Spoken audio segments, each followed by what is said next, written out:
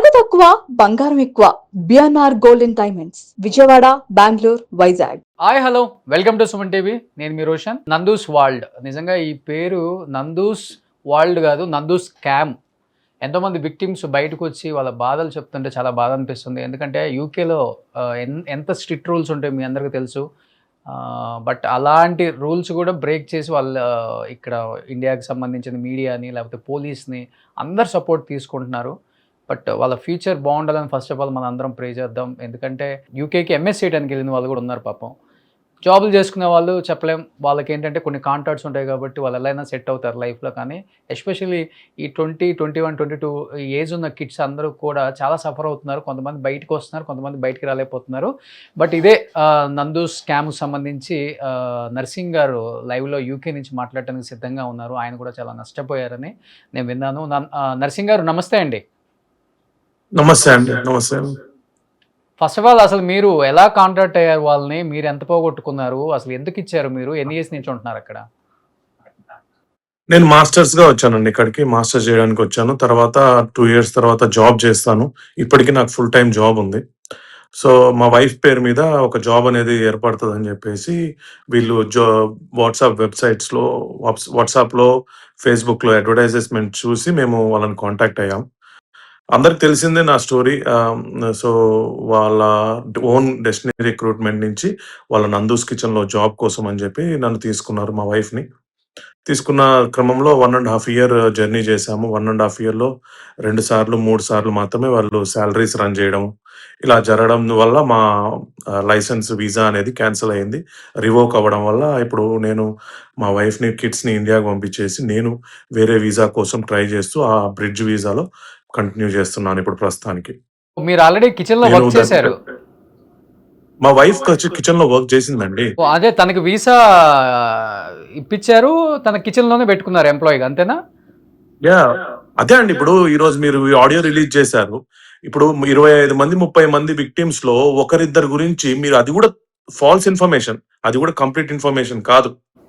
ఎందుకంటే ఇక్కడ యూకే లాస్‌లో ఒక లైసెన్స్ ఏదన్నా మిస్టేక్ జరిగితే, ఒక డ్రైవింగ్‌లో అఫెన్స్ ఉంటే వాళ్ళని వీసా క్యాన్సిల్ చేసి పంపించే రైట్ ఎవరికీ లేదండి. పోలీసెస్‌కి ఉండదండి. ఓకే. అది సో, అది సింపుల్‌గా ఒక కమ్యూనిటీ వర్కో లేకపోతే ఒక లైసెన్స్‌లో మాకు 16 పాయింట్స్ ఉంటాయి. 16, 12 పాయింట్స్ ఉంటాయి. అవి మైనస్ చేసుకుంటూ వెళ్తారు గానీ వీసా డ్రైవింగ్ లైసెన్స్ అనేది క్యాన్సిల్ చేస్తారు గానీ వీసా క్యాన్సిల్ చేసి రిటర్న్ పంపించేయరు. అదొక కాల్లో రాంగ్ చెప్పారు. ఇన్ఫర్మేషన్. అవునండి, కాల్లో ఆ మాట చెప్పారు. డ్రంక్ అండ్ అదొక డ్రైవ్ లో ఎక్కడైనా పట్టుకున్నా క్యాన్సిల్ చేస్తారని చాలా ఈజీగా చెప్పేశారు. అవును. అది అబ్సల్యూట్లీ ఫాల్స్ అండి. ప్లస్ ఇంకోటేంటంటే ఒక అమ్మాయిని ఎవరినో అబ్యూజ్ చేశారు, వీడియోస్ చేశారని చెప్పి ఆ కాల్‌లో ఇన్నాము. అది వాస్తవం ఎంతో రైట్ ఎంతోనే నేను మాట్లాడనండి. I don't comment on that. But అలాంటి అఫెన్స్ ఏదన్నా యూకేలో జరిగితే that is the biggest problem అన్నమాట. ఆ పర్సన్‌కి, ఆ విక్టిమ్‌కి ఎంత సెక్యూరిటీ ఇస్తారంటే అంత సెక్యూరిటీ ఇస్తారు. వాళ్ళొచ్చి మీ దగ్గర చెప్పుకొని మీరు ఎంప్లాయ్‌మెంట్‌ని తీసేసే అంత టైం కూడా ఇవ్వరండి ఇక్కడ police. So, that is also absolutely wrong. అది ట్రూ ఎంతనో, ఫాల్స్ ఎంతనో నేను దాని మీద కామెంట్ చేయను. బట్ ఏదన్నా ఇన్ఫర్మేషన్ ఉంటే మీరు వ్యాలిడ్‌గా ఎవిడెన్స్ పెట్టండి. అంతేగాని అది అందరికీ ఆపాదిస్తూ జనరలైజ్‌గా మేమందరము డ్రైవింగ్ చేశాము, మేమందరము ఫీమేల్స్‌ని హరాస్ చేశామన్నట్టు జనరలైజ్‌గా చేస్తే, మాకు కిడ్స్ పిల్లలున్నారు, మాకు ఫ్యామిలీస్ ఉన్నారు. మీరెలాగా మాట్లాడుతున్నారో ఇట్లా మాకు ఫ్యామిలీస్ ఉన్నారు, మా హస్బెండ్ చేసిన దానికి నా మీదకెందుకొస్తున్నారు, నాకు ఇన్‌ఫ్లూయెన్స్ ఉంది కాబట్టి వస్తున్నారు అని చెప్పడం అబ్సల్యూట్‌లీ రాంగ్ అండి. మాకు కిడ్స్ ఉన్నారు. మా ఫ్యూచర్ కూడా ఉంది ఇక్కడ. ఓకే. కానీ మీరు కొన్ని రోజులు ట్రావెల్ చేశారు. ఆల్మోస్ట్ 1½ ఇయర్ ట్రావెల్ చేశానని చెప్పారు కాబట్టి, వాళ్ళ మైండ్ సెట్ ఎలా ఉంటుంది నర్సింగ్ గారు? ఎందుకంటే మీ వైఫ్ మీరిద్దరూ ట్రావెల్ చేశారు, సేమ్ కిచెన్‌లో మీరు జాబ్ చేశారని చెప్తున్నారు కాబట్టి, అబద్ధమండి. ఇలానే కన్నింగ్‌గా అబద్ధాలు ఉంటారా? కంప్లీట్‌లీ. లేకపోతే ఏదో ఒకటి ది బెస్ట్ చేద్దాం స్టూడెంట్స్‌కి, వాళ్ళ ఫ్యూచర్ కోసం యూజ్‌ఫుల్‌గా ఏదో ఒకటి చేద్దాం మా కంపెనీ నుంచి, ఇలాంటి ఆలోచనలు, ఇలాంటి డిస్కషన్ ఎక్కువ ఉంటుందా? లేకపోతే కన్నింగ్‌గా అందరిని మోసం చేద్దాం ఇలా ఉంటారా అసలకి? లేదండి. అస్సలు ఆ సిట్యుయేషనే ఉండదు. స్టార్టింగ్‌లో మాకు హెల్ప్ చేస్తున్నట్టు 2, 3 మాటలుంటాయి తప్ప, తర్వాత ఎటువంటి కమ్యూనికేషన్ ఉండవు. తను చాలా తక్కువ మాట్లాడతాడండి. మరి ఈ స్కామర్స్‌కి అలవాటో లేమో తెలీదు గానీ, చాలా తక్కువ మాట్లాడుతూ వందల మెసేజ్‌లు చేస్తే ఒకదానికి ఇర్రెలెవెంట్‌గా సమాధానం చెప్తాడు గానీ, అట్లాంటిది అసలు మాకు ఇన్ఫర్మేషన్ ఇవ్వడు సరిగ్గా. మేము ఎవ్రీ మంత్ పేరోల్ రన్ చేయండి. ఎవ్రీ మంత్ సాలరీస్ రన్ చేయండి. మాకు అది ఇంపార్టెంట్. వర్క్ ఉన్నా లేకపోయినా మాకు సాలరీస్ రన్ చేయడం ఇంపార్టెంట్ అంటే అసలు ఇగ్నోర్ చేసుకుంటూ వచ్చాడండి. 1 ఇయర్ వరకు మమ్మల్ని ఇగ్నోర్ చేసి మా వీసా క్యాన్సిలేషన్ కి వాళ్ళ హస్బెండే కారణం. 100% మా దగ్గర అన్ని చాట్ హిస్టరీ ఉంది. నా దగ్గర అన్ని ప్రూఫ్స్ ఉన్నాయి. పంపించిన బ్యాంక్ స్టేట్మెంట్స్ కూడా ఉన్నాయి. సాలరీ పడాలి అంటే ఒక పర్సన్ కి ఒక ఎంప్లాయర్ నుంచి సాలరీ పడాలంటే ఎంప్లాయర్ అకౌంట్ నుంచి పడుతుందా, ఒక ర్యాండమ్ పర్సన్ నుంచి అమౌంట్ పడుతుందా అండి? అది అడిగితే ఎంప్లాయర్ ఏమని సమాధానం అండి? ఓకే. మీ హస్బెండే కదా, మీ హస్బెండ్ తోటి మాటలే కదా, మీ హస్బెండ్ తోటి చాట్ హిస్టరీ ఉంది మా దగ్గర. మీరు ఏదో ర్యాండమ్ గా కిచెన్ లో ఆమెతో పాటు ట్రావెల్ చేశారు కదా, కిచెన్ కి ఆమె డైరెక్టర్ కదా, తను మరి తను ఎలా ఉండేవాళ్ళు అసలుకి? తను అంటే ఫస్ట్ స్టార్టింగ్ లో మా వైఫ్ తోటి కలిశారండి. తర్వాత ర్యాండమ్ గా ఎప్పుడన్నా కలిశారో లేదో తెలియదు మా వైఫ్ కి. బట్ మా వైఫ్ కి చాలా తక్కువ వర్క్ ఇవ్వడం. అది మాకు ఎందుకంటే మాకు డెస్టినీ రిక్రూట్మెంట్ నుంచి మాకు వీసా ఇచ్చారు మా వైఫ్ కి. ఓకే.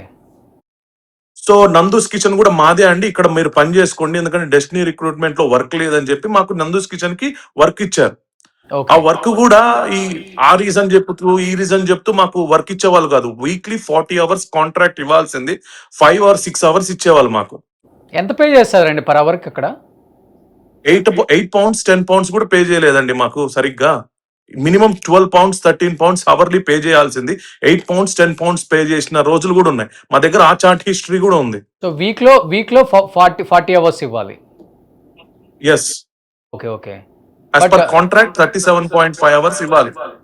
ఓకే. బట్ మీరు ఎంత పే చేశారు ఓవరాల్ గా ఆమెకి, నందూస్ వాళ్ళకి?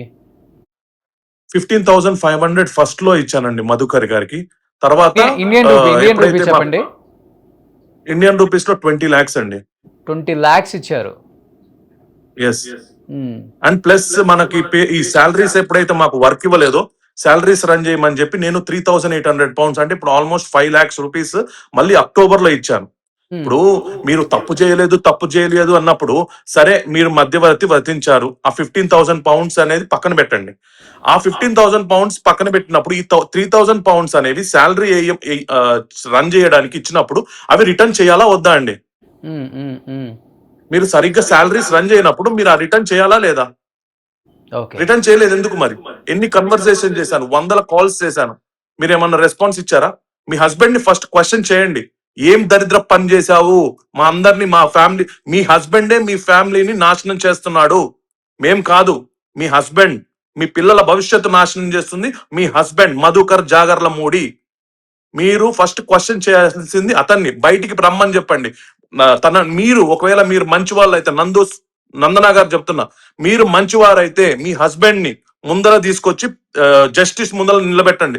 తప్పు కాకపోతే ప్రూవ్ చేసుకోమని చెప్పండి. అంతేగాని రాంగ్ ఎలిగేషన్స్ మా మీద వేసి మమ్మల్ని ఏదో విక్టిమ్స్ ప్లే చేస్తున్నామని చెప్పి మా మీద తప్పు చెప్పకండి. యూకేలో నేను 2 హైకోర్టు నుంచి రిట్ వచ్చింది. మీకు పర్సనల్ గా మీ హస్బెండ్ కి ఎంప్లాయర్ ఈమెయిల్ ఐడికి నేను పంపించాను. ఎందుకు రెస్పాన్స్ ఇవ్వలేదు చెప్పండి? క్వశ్చన్ ఆన్సర్ చేయండి వీటన్నిటికీ. సో ఓవరాల్ గా ఎంత మంది ఉన్నారు స్టూడెంట్స్ కానీ లేకపోతే ఫ్యామిలీస్ కానీ సఫర్ అయిన వాళ్ళ వల్ల? డెఫినెట్ గా 50 to 100 members ఉంటారండి. మా దగ్గరే ఉన్నారు 30 members మీ ఏరియాలో. ఓకే. ఓకే. సో ఓవరాల్ గా అయితే 300 members ఎబో అంటున్నారు.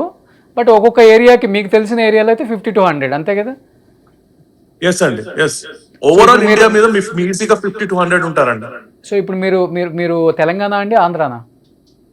తెలంగాణ, హైదరాబాద్ వాళ్ళే.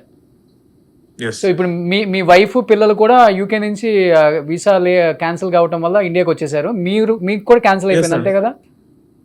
నాకు అప్పుడు క్యాన్సిల్ అయింది. నేను ఇప్పుడు బ్రిడ్జ్ వీసా PhD కోసం అని చెప్పి కంటిన్యూ అవుతున్నా.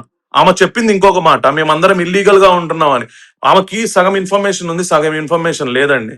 మాకు యాజ్ ఎ యూకే ఆస్పిరెంట్స్ గా మేము మల్టిపుల్ ఆప్షన్స్ ఉంటుంది. As a UK government side నుంచే చాలా ఆప్షన్స్ ఉంటాయి. 1 by 1 మేము ఆ బ్రిడ్జ్ ఇల్లీగల్ గా ఎవరు ఉండరండి. ఇక్కడ ఉంటే వాళ్ళకే ప్రాబ్లం రేపు పొద్దున ఫ్యూచర్ లో.